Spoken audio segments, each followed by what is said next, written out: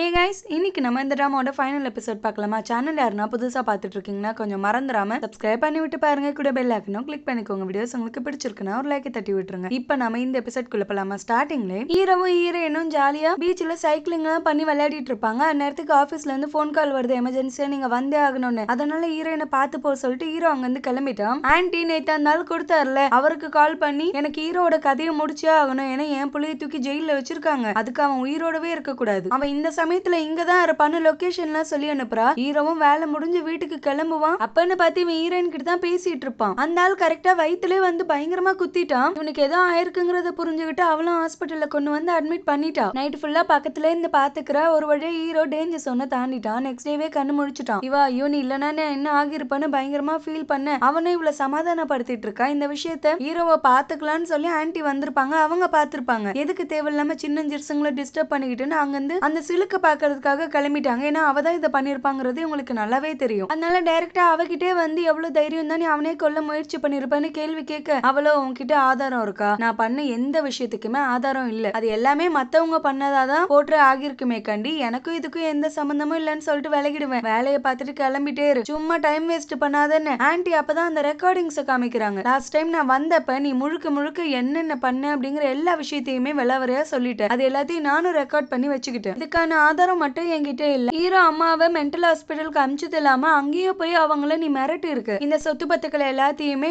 உன் பேர்ல எழுதி வாங்கிக்கிட்டா பிரச்சனை ஆகுமோன்னு இப்போதைக்கு ஹீரோயினோட அப்பாவை நம்பி அவர் பேர்ல வாங்கின. ஆனா அவரே உன்னை ஏமாத்திட்டாரு. நீ பண்ண எல்லா விஷயத்துக்கான ஆதாரத்தையும் நான் பக்கவா திரட்டி வச்சிருக்கேன். இப்பயே கொண்டு இதெல்லாம் போலீஸ் ஸ்டேஷன்ல ஒப்படைச்சா காலத்துக்கும் நீயும் வெளில வர முடியாது, உன் புள்ள மாதிரி ஜெயிலே தான் இருக்கணும். நான் இப்போ உங்ககிட்ட ஒரே ஒரு ரெக்வெஸ்ட் தான் வைக்கிறேன். எனக்கு தேவை இதுக்கப்புறமாச்சு ஹீரோ எந்த ஆபத்தும் இல்லாம நிம்மதியான ஒரு வாழ்க்கையை வாழணும். அதுக்கான உதவியை மட்டும் பண்ண அந்த கம்பெனிக்கு உனக்கு எந்த சம்பந்தமும் இல்லைன்னு எழுதி கொடுத்துட்டு வேலை விட்டு போயிடு. ஹீரோவை டிஸ்டர்பும் பண்ணாத. இதுக்கு உனக்கு ஓகேனா சொல்லு, இல்லைன்னா நான் கிளம்புறேன்னு சொல்லுவாங்க. இல்ல ஓகே நான் இதுக்கப்புறம் அவன் விஷயத்துல தலையிட மாட்டேன்னு வாக்குறுதி கொடுத்து அங்கிருந்து அனுப்பி வச்சுட்டா. இவளா சும்மா இருப்பா? ஹீரோவை கொல்ல முயற்சி பண்ண அதே ஆளுக்கு கால் பண்ணி அவ நம்மளை பத்தி நிறைய எவிடன்ஸ் வச்சிருக்கா, அவளை சும்மா விட்டுறாத, தயவு செஞ்சு போற வழியில இருப்பா, அப்படியே அவளோட கதையவே முடிச்சிருன்னு உத்தரவு கொடுத்துட்டா. அவனும் அதுக்கேத்த மாதிரி ஆன்டி மேல வண்டி ஏத்தி கொண்டுட்டு அவங்க கையில இருந்த எவிடன்ஸ் எல்லாத்தையும் எடுத்துட்டு போயிட்டான். பாவம் அவங்க இறந்தே இருந்துட்டு இருக்காங்க. அந்த விஷயத்த அசிஸ்டன்ட் ஹீரோயின் கிட்ட சொல்லும்போது ஹீரோவும் கேட்டுட்டான். அவனால இதை ஏத்துக்கவே முடியல. நான் உயிர் போறப்ப அவங்க வந்து காப்பாத்துனாங்க, ஆனா என்னால முடியலையே அப்படின்னு பயங்கர குற்ற உணர்ச்சியில அழுதுட்டு இருக்கான். சின்ன வயசுல அம்மாவை இழந்தாலும் அம்மா மாதிரி பாத்துக்கிட்டாங்க, அவங்களே இப்படி பரிதாபமா பறி கொடுக்க வேண்டியதா போயிடுச்சு. இதுக்கப்புறம் நான் அவங்கள ரிவெஞ்ச் எடுக்காம இருக்கவே முடியாது. நான் கூட யோசிச்சேன் எதுக்கு ரிவெஞ்ச் எல்லாம் எடுத்துக்கிட்டு எல்லாத்தையும் விட்டுட்டு உன் கூட சேர்ந்து எதனா ஒரு கிராமத்துல போய் சந்தோஷமா ஒரு வாழ்க்கை வாழலான்னு. ஆனா இப்ப முடிவு பண்ணிட்டேன், என்னோட ஆன்டியை கொன்னவங்கள நான் சும்மா விட்டு வரக்கூடாது, எதனா பண்ணியே ஆகணும்னு சொல்லிட்டு இருக்கான். உடம்பு கொஞ்சம் தேர்னதுக்கு அப்புறம் ஆன்டி இறந்தாங்கல்ல, அந்த இடத்துக்கு வந்து அதை பார்க்க முடியாம ரொம்ப கவலைப்பட்டுட்டு இருக்கான். இவன் சின்ன பிள்ளையா இருக்கப்ப அவங்க அம்மாவும் இல்ல, இவனுக்கு சோறு கூட யாரும் உருப்படியா அந்த வீட்டுல கொடுக்க மாட்டாங்க. ஆனா எல்லா கால சூழ்நிலையிலுமே ஆன்டி மட்டும் இவனை விட்டு கொடுத்ததே இல்ல. அம்மா இறந்துட்டாங்க, நீ கவலைப்படாதப்பா, அம்மா ஸ்தானத்துல நான் இருக்கேன், உனக்கு எதுவா இருந்தாலும் என்கிட்ட சொல்லு, நான் பாத்துக்கிறேன்னு அப்பையில இருந்து இவனை பத்திரமா பாத்துட்டு வந்திருக்காங்க. ஆனா கடைசி காலகட்டத்துல என்னால உங்களை பாத்துக்க முடியாம போயிடுச்சுன்னா இவனுக்கு இன்னும் கில்ட்டியா இருக்கு. அதை யோசிச்சு அழுது அவனால சுத்தமா முடியல.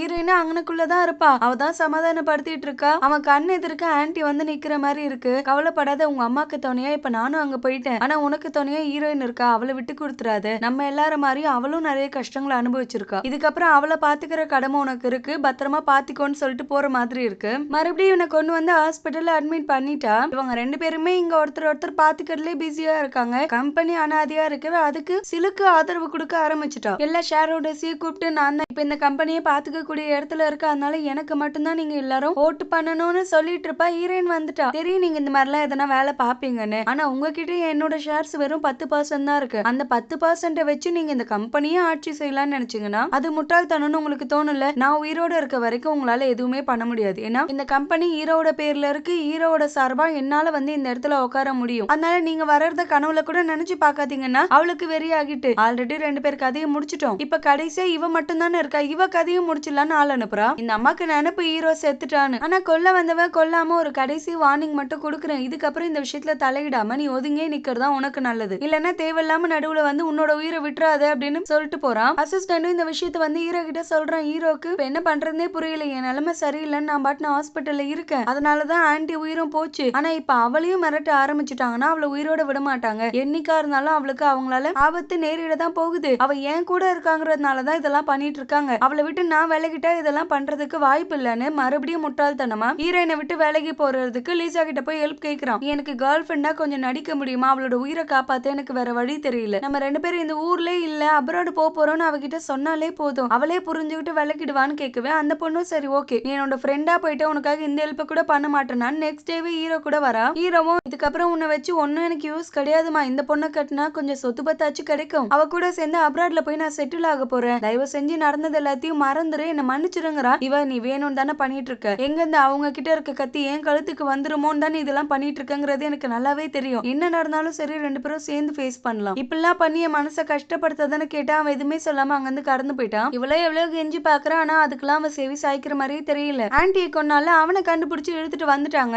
அவனுக்குமே ஒரு பிளாஷ்பேக் இருக்கு, அவனோட பொண்ணுக்கு வந்து ரொம்ப முடியாத நிலைமையில இருக்கா, அதுக்கு நிறைய பணம் தேவைப்படுதுதான் இந்த மாதிரி வேலை எல்லாம் பாத்துட்டு இருக்கான். அதை கண்டுபிடிச்ச ஹீரோ உன் பொண்ணு உயிரை காப்பாத்துறதுக்கு எல்லா ஏற்பாடும் நான் பண்றேன், ஆனா நீ எங்க கூட சேர்ந்து ஒர்க் பண்ணணும், இதுக்கு பின்னு கூடி ஒருத்தர் இருக்காங்கல்ல அவங்கள கண்டுபிடிச்சா மட்டும் போதும், அதுக்கான ஹெல்ப் தான் கேக்குறேன்னதும் அவனும் சரி ஓகேன்னு சொல்லிட்டான். அசிஸ்டன்ட் சும்மா இல்லாம ஹீரோயின் கிட்ட போயிட்டு பாஸ் அப்ராட்லாம் போல வேணும் தான் உங்களை விலைக்கு வைக்கிறதுக்கு போய் சொல்லிருக்காரு, அவர் இந்த இடத்துல தான் இருக்காரு போய் பாருங்கன்னு இவன் வேற அனுப்பி வைக்கிறான். ஹீரோவுக்கு அந்த ஒரிஜினல் வில்லன் கால் பண்ணி என்னப்பா என்னை பத்தி நிறைய விசாரிச்சுக்கிட்டு இருக்க போலயே, எனக்கான ஒரே ஆதாரம் என்ன தெரியுமா, அந்த சிலுக்கு மட்டும்தான், அவளை மட்டும் நான் க்ளோஸ் பண்ணிட்டேன்னா எல்லா பிரச்சனையும் எனக்கு முடிஞ்சிச்சு, இதுக்கப்புறம் எனக்கு அந்த கவலையும் இல்ல, அதுக்கான ஏற்பாடுகள்லாம் நான் ஏற்கனவே பண்ணி வச்சுட்டேன்னு சொல்ல ஹீரோவும் டைரக்டா சிலுக்கு இருக்க அந்த இடத்துக்கு வரான். ஜஸ்ட் மிஸ்ல காருக்குள்ள ஏறி இருப்பா, ஏறாதீங்க காருக்குள்ள வெடிகுண்டு வச்சிருக்காங்க அப்படின்னு சொன்னது அவ ஸ்டாப் ஆக ஹீரோனா அந்த இடத்துக்கு வந்து மறுபடியும் கெஞ்சி பாக்குறா, ப்ளீஸ் தயவு செஞ்சு புரிஞ்சுக்கோ, என் உயிரே போனாலும் சரி ஒரு நாளா இருந்தாலும் உன் கூட வாழ்ந்தா நான் சந்தோஷமா வாழ்ந்துட்டு போயிடுறேனே, ஆனா நீ என்ன விலகி வச்சா வாழ்க்கை முழுக்க நான் நரகத்தை அனுபவிப்பேன், இது உனக்கு தேவைதானா, அதை பார்த்து நீ சந்தோஷமா இருப்பியா, தயவு செஞ்சு என்ன ஒதுக்கிடாதன்னு கேட்க அவனும் புரிஞ்சுக்கிட்டான். இருந்தாலும் இவங்களுக்கு ஒரு டவுட் இருந்துகிட்டே இருக்கு, அந்த ஆள் சொல்லிருப்பான் ஒரு ஆதாரத்தை தான் என்ன கொண்டு வர சொன்னாங்க, அதை கொண்டு போய் நான் கொடுத்துட்டேன்னு. அதை செக் பண்ணி பாக்குறாங்க, ஆன்டி அவ்வளவு முட்டாள்தனமா எல்லா ஆதாரத்தையும் அப்படியே கொண்டு போய் கொடுத்துருக்க மாட்டாங்க, வீட்டுல ஒரு காப்பி வச்சிருப்பாங்கன்னு. இவங்க எதிர்பார்த்த மாதிரி அந்த ரெக்கார்டிங்ஸ் எல்லாத்தையுமே வீட்டுல ஒரு காப்பி எடுத்து வச்சுட்டு தான் போயிருக்காங்க. அதை பிளே பண்ணி பார்த்ததுக்கு அப்புறம் தான் ஹீரோக்கு தெரியுது ஹீரோயினோட அப்பா எந்த தப்புமே பண்ணல, அவரும் நம்மள மாதிரி மாட்டிட்டு தவிச்ச ஒரு பலியாடுதான் அப்படிங்கறத இப்பதான் புரிஞ்சுக்கிறான். நெக்ஸ்ட் ஆபீஸ்ல எல்லாரையும் கூப்பிட்டு வச்சு அவங்களோட அந்த சீக்ரெட் எல்லாத்தையுமே ரிவீல் பண்ணி விட்டான். சின்ன வயசுல என்ன அவ்வளவு டார்ச்சர் பண்ணிருக்காங்க, என்ன கொல்றதுக்கு ஆத்துல தள்ளி விட்டாங்க, இப்ப வளர்ந்ததுக்கு அப்புறமும் நான் உயிரோட இருக்க கூடாதுன்னு மறுபடியும் என்ன கொல்றதுக்கு இவங்க ஆள்லாம் ஏற்பாடு பண்ணி வச்சிருக்காங்க இதே கம்பெனில. இவங்க இவ்வளவு கீழ்த்தரமானவங்க தான் அப்படின்னு எக்ஸ்போஸ் பண்ணதுமே அங்க இருக்க எல்லாருமே கழிவுகளே ஊத்திட்டு கிடக்காங்க, உன்ன மாதிரி ஒரு மானங்கட்ட பொம்பளையை நாங்க பார்த்ததே இல்ல, நீ இவ்வளவு கேவலமானவளான்னு அவமானம் தாங்காம அந்த கம்பெனி விட்டு வெளியில போயிட்டா. எல்லா பிரச்சனையும் முடிஞ்சு இவங்க 2 பேர் ஸ்மூத்தா சந்தோஷமா அவங்க வாழ்க்கையும் புதுசா ஆரம்பிக்கிறாங்க.